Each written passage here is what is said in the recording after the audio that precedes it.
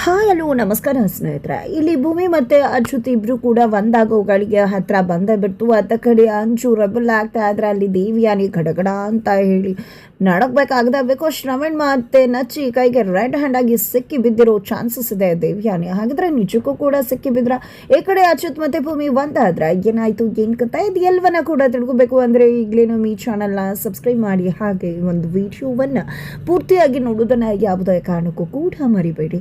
ಇಲ್ಲಿ ಅಚ್ಯುತ್ ಮತ್ತೆ ಭೂಮಿ ಇಬ್ರು ಕೂಡ ಹನಿಮೂನ್ಗೋಸ್ಕರ ಕಳ್ಸಾಗೆ ಬಂದಿದ್ದಾರೆ. ಅಲ್ಲಿ ಅವರ ತಂದೆಯ ಫ್ರೆಂಡ್ ರೆಸಾರ್ಟ್ ಅಲ್ಲಿ ಉಳ್ಕೊಂಡಿದ್ದಾರೆ. ಎತ್ತ ಕಡೆ ಅಶ್ವಿನಿ ಕೂಡ ಶಾರದಮ್ಮನ ಕರ್ಕೊಂಡು ಅದೇ ಕಳಸ ರೆಸಾರ್ಟ್ಗೆ ಬಂದಿರತಕ್ಕಂತ ಚಾನ್ಸಸ್ ಇದೆ.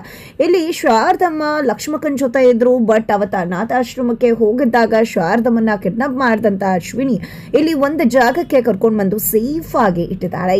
ಇಟ್ಟಿರೋದ್ರ ಜೊತೆಗೆ ಇಲ್ಲಿ ಶಾರದಮ್ಮಂಗೆ ಯಾವುದೇ ರೀತಿ ತೊಂದರೆ ಮಾಡ್ತಿಲ್ಲ.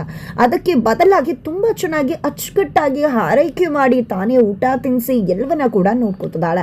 ಏನಪ್ಪಾ ಇರ್ಬೋದು ಇಲ್ಲಿ ಅಶ್ವಿನಿ ಪ್ಲಾನ್ ಅಂತ ಅನ್ಕೊಂಡ್ರೆ ಖಂಡಿತವಾಗ್ಲೂ ಕೂಡ ಇಲ್ಲಿ ಶಾರದಮ್ಮ ಹಾಗೆ ತಾನು ಇಬ್ರು ಕೂಡ ಮನಸ್ವಿನಿ ಅನ್ನೋ ರೀತಿಯಲ್ಲಿ ಆ ಒಂದು ದೇವ ಸನ್ನಿಧಿ ಮನೆಗೆ ಎಂಟ್ರಿ ಕೊಡಬೇಕು ಅನ್ನೋದು ಅಶ್ವಿನಿ ಪ್ಲಾನ್ ಆಗಿದೆ.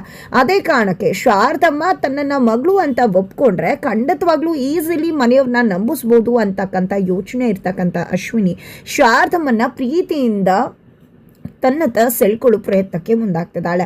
ಈ ಕಡೆ ಎಷ್ಟೇ ಪ್ರೀತಿ ತೋರಿಸಿ ಎಷ್ಟೇ ಹಾರೈಕೆ ಮಾಡಿದ್ರು ಇಲ್ಲಿ ಶಾರದಮ್ಮನ ಮುಖಚುಹರೆ ಬದಲಾಗ್ತಿಲ್ಲ. ಬಿಕಾಸ್ ಇಲ್ಲಿ ಒಂದು ಗಾಬರಿತನ ಕಾಣಿಸ್ತದ. ಅದು ಹೋಗಬೇಕು ಅಂತಾನೆ ಅಶ್ವಿನಿ ಟ್ರೈ ಮಾಡ್ತಿದ್ದಾಳೆ. ಅಮ್ಮ ನಾನು ನಿನ್ನ ಮಗಳಮ್ಮ, ನಾವಿಬ್ರು ಕೂಡ ಅಪ್ಪನ ಹುಡ್ಕೋಣ ಮತ್ತೆ ಅಪ್ಪನ ಜೊತೆ ಹೋಗೋಣ ಅನ್ನೋ ರೀತಿಯಲ್ಲಿ ಮಗಳು ನಾನು ಅಂತ ಹೇಳಿ ಶಾರದಮ್ಮನ ತಲೆಗೆ ತುಂಬಿಸ್ತಿದಾರ. ಇತ್ತ ಕಡೆ ಶಾರದಮ್ಮನಿಗೆ ಒಡವೆ ಹಾಕಿ ಸೀರೆ ಉಡಿಸಿ ಹೂವ ಮುಡಿಸಿ ತುಂಬಾ ಚೆನ್ನಾಗಿ ಮಗಳು ನೋಡ್ಕೋತಿದ್ದಾಳೆ ಅನ್ನೋ ರೀತಿಯಲ್ಲಿ ಶಾರದಮ್ಮಂಗೆ ಅರ್ಥ ಮಾಡಿಸ್ಬೇಕು ಅಂತ ಅಶ್ವಿನಿ ಇನ್ನಿಲ್ಲದ ಪ್ರಯತ್ನ ಮಾಡ್ತಿದ್ದಾಳೆ. ಅದರ ಜೊತೆಗೆ ದೇವಿಯಾನಿಗೆ ನಚ್ಚಿ ಈ ವಿಷಯ ಏನಾಯ್ತು ಅಂತ ಕೇಳ್ತಿದ್ದಾಳೆ ಫೋನ್ ಮಾಡಿ. ಇಲ್ಲಿ ನಾನು ಆ ಮನೆಗೆ ಮನಸ್ವಿನಿಯಾಗಿ ಬರ್ತೀನಿ ಅಂತ ಹೇಳ್ತಾರ. ಈ ಕಡೆ ನಿನ್ನನ್ನು ಹೇಗೆ ಒಪ್ಕೋತಾರೆ ಅಶ್ವಿನಿ, ನಿನ್ನ ಮೇಲೆ ನಂಬಿಕೆನೇ ಇಲ್ಲ. ಆಶ್ರಮದಲ್ಲಾಗಿದ್ದು ನೋಡಿದ್ಯಾ ಅಲ್ವಾ, ನಚ್ಚಿ ಜೊತೆ ನಿನ್ನ ಮದುವೆ ಅಂದ್ರೆ ಒಪ್ಕೋತಾರ? ಅದಂತೂ ಸಾಧ್ಯನೇ ಇಲ್ಲ. ನಿನಗೆ ಎಷ್ಟು ದುಡ್ಡು ಬೇಕು ಕೇಳು, ಕೊಟ್ಬಿಡ್ತೀನಿ, ಹೊರಟೋಗ್ಬಿಡು ಅಂತ ದೇವಿಯಾನಿ ಹೇಳ್ತಾರೆ. ನೀವು ಏನೇ ಮಾಡಿದ್ರು ಕೂಡ ಯಾವುದೇ ಕಾರಣಕ್ಕೂ ನನ್ನನ್ನು ಆ ಮನೆಗೆ ಬರೋದನ್ನ ತಡೆಯೋಕೆ ಆಗೋದಿಲ್ಲ. ಇನ್ನು ಒಂದು ವಾರದಲ್ಲಿ ಆ ಮನೆಗೆ ಮನಸ್ವಿನಿಯಾಗಿ ಎಂಟ್ರಿ ಕೊಡ್ತೀನಿ, ಬಟ್ ಮತ್ತೆ ವಾಪಸ್ ಸಾಧ್ಯ ಆಗೋದಿಲ್ಲ ಅಂತ ಹೇಳಿ ಇಲ್ಲಿ ಅಶ್ವಿನಿ ಹೇಳಿದಾಳೆ. ಈ ಒಂದು ಮಾತನ್ನ ಕೇಳಿಸ್ಕೊಂಡಂತ ದೇವಿಯಾನಿ ಅವ್ರಿಗೆ ಶಾಕ್ ಆಗುತ್ತಾ. ಏನಪ್ಪಾ ಮಾಡೋದು, ಇಲ್ಲಿ ನಚ್ಚಿನ ನನ್ನ ಮಗಳು ಅಂಜುಗೆ ಕೊಟ್ಟು ಮದುವೆ ಮಾಡಿಸ್ಬೇಕು ಅನ್ಕೊಂಡಿದ್ರೆ ಇಲ್ಲಿ ಅಶ್ವಿನಿ ಎಂಟ್ರಿ ಕೊಡ್ತಿದ್ದಾಳಲ್ಲ, ಇಲ್ಲ ಏನ್ ಮಾಡ್ಲಿ ನಾನು ಅಂತ ತೋಚದೆ ಒದ್ದಾಡ್ಬೇಕಾದ್ರೆ ಕೊನೆಗೂ ಕೂಡ ಅಂಜು ಮನೆಗೆ ಬರ್ತಾಳ.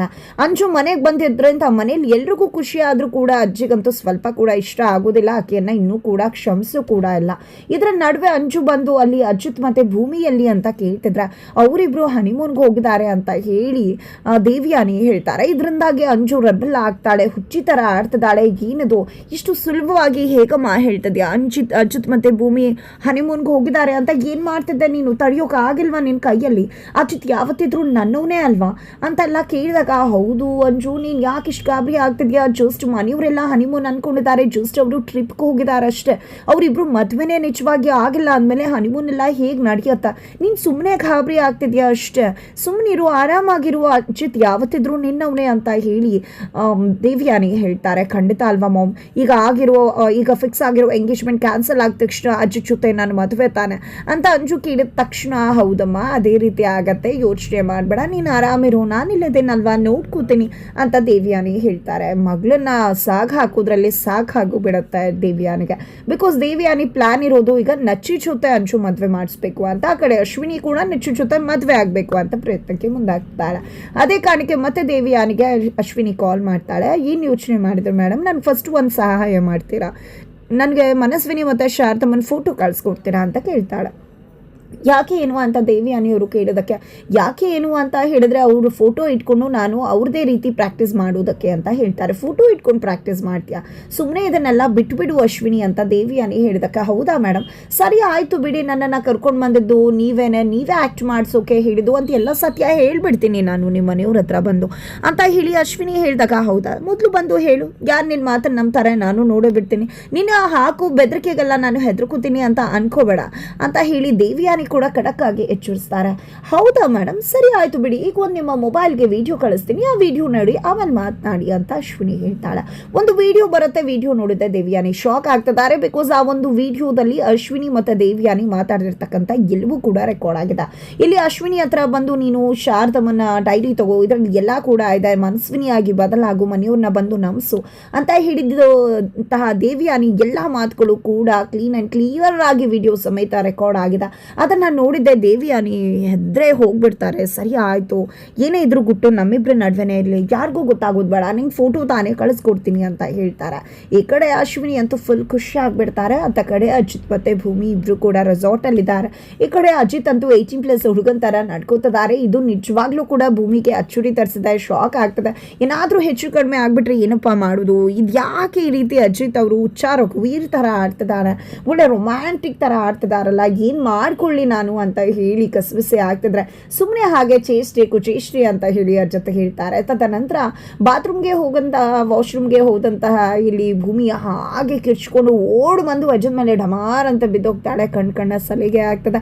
ತಕ್ಷಣ ಎಚ್ಚೆತ್ಕೊಂಡ್ಬರ್ತಾಳೆ ಇಲ್ಲಿ ಭೂಮಿ. ಈ ಕಡೆ ಅಚ್ಯುತ್ ಏನಾಯಿತು, ಯಾಕೆ ಈ ರೀತಿ ಕಿರ್ಚ್ಕೊಂಡೆ, ಒಳ್ಳೆ ಜೀವನೇ ಹೋಯಿತು, ಏನೋ ಹೆಚ್ಚು ಕಡಿಮೆ ಆಗೋಯ್ತು, ಭೂತದೆವ್ವ ಬಂದ್ಬಿಡ್ತು ಅನ್ನೋ ರೀತಿಯಲ್ಲಿ ಅಂತ ಜೊತೆ ಹೇಳಿದಾಗ ಅದು ಇಷ್ಟು ದೊಡ್ಡ ಹಲ್ಲಿ ಕಾಣಿಸ್ತಾ ಇತ್ತು, ಅದಕ್ಕೆ ಭಯ ಆಗ್ಬಿಟ್ಟು ಕಿರ್ಚ್ಕೊಂಡ್ಬಿಟ್ಟೆ ಅಂತಾರೆ. ಅಲ್ಲಿ ನಿನ್ನ ನೋಡ್ಕೊಂಡು ಹೆದ್ರಕೊಂಡು ಹೋಗ್ಬೇಕು, ನೀನು ಅಲ್ಲಿ ನೋಡ್ಕೊಂಡೆ ಹೆದ್ರಕೊಂಡು ಬಂದ್ಬಿಟ್ಯಾ ಅಂದಾಗ ಅದು ಇಷ್ಟು ದಪ್ಪ ಆಯಿತು ಗೊತ್ತಾ ಅಂತ ಹೇಳಿ ಭೂಮಿ ಹೇಳ್ತಾರೆ. ಹೌದಾ, ಸುಮ್ಮನೆ ಹೆಂಗೆಂಗೋ ಹಾಡಬೇಡ ಅಂತ ಹೇಳಿ ಕೂಡ ಜೊತೆ ಹೇಳ್ತಾರೆ. ನೀವು ಏನೂ ಮಾಡಲ್ಲ ಅಲ್ಲ, ನೀವು ಆರಾಮಾಗಿದ್ದೀರಾ ಅಲ್ಲ, ಹಿಂಗೆ ಅಂತ ಭೂಮಿ ಕೂಡ ವಿಚಾರ ಮಾಡ್ತಿದ್ದಾರೆ. ಸುಮ್ಮನೆ ತಲೆಯಲ್ಲಿ ಏನೇನೋ ತುಂಬ್ಕೋಬೇಡ, ನಾವು ಆರಾಮಾಗೇ ಇದ್ದೀವಿ, ನಮ್ಮ ನಡುವೆ ಏನೂ ಆಗಬಾರ್ದು ಅನ್ನೋದು ಗೊತ್ತಿದೆ ಅಂತ ಹೇಳಿ ಭೂಮಿಗೆ ಅಜಿತ್ ಕೂಡ ಭರವಸೆಯನ್ನು ಕೊಡ್ತಾರೆ. ತದನಂತರ ಆಯ್ತ ಕಡೆ ದೇವ್ಯಾನಿ ಶ್ರವಣ್ ಮತ್ತು ಶಾರದಮ್ಮ ಮಗು ಒಂದು ಫೋಟೋ ಗೋಡೆ ಮೇಲಿರುತ್ತೆ, ಅದನ್ನು ಇಲ್ಲಿ ಕ್ಯಾಪ್ಚರ್ ಮಾಡ್ಕೊಳ್ಳೋಕೆ ಅಂತ ಬರ್ತಾರೆ. ಅತ್ತ ಕಡೆ ಅಂಚು ಅಜಿತ್ ರೂಮಿಗೆ ಹೋಗಿದೆ, ಎಲ್ಲಿದೆಯಾ ಅಜಿತ್ನ ತುಂಬ ನೋಡಬೇಕು ಅನಿಸ್ತಿದೆ ಅಂತ ಹೇಳಿ ಅಜಿತ್ಗೆ ಕಾಲ್ ಮಾಡ್ತಾಳೆ.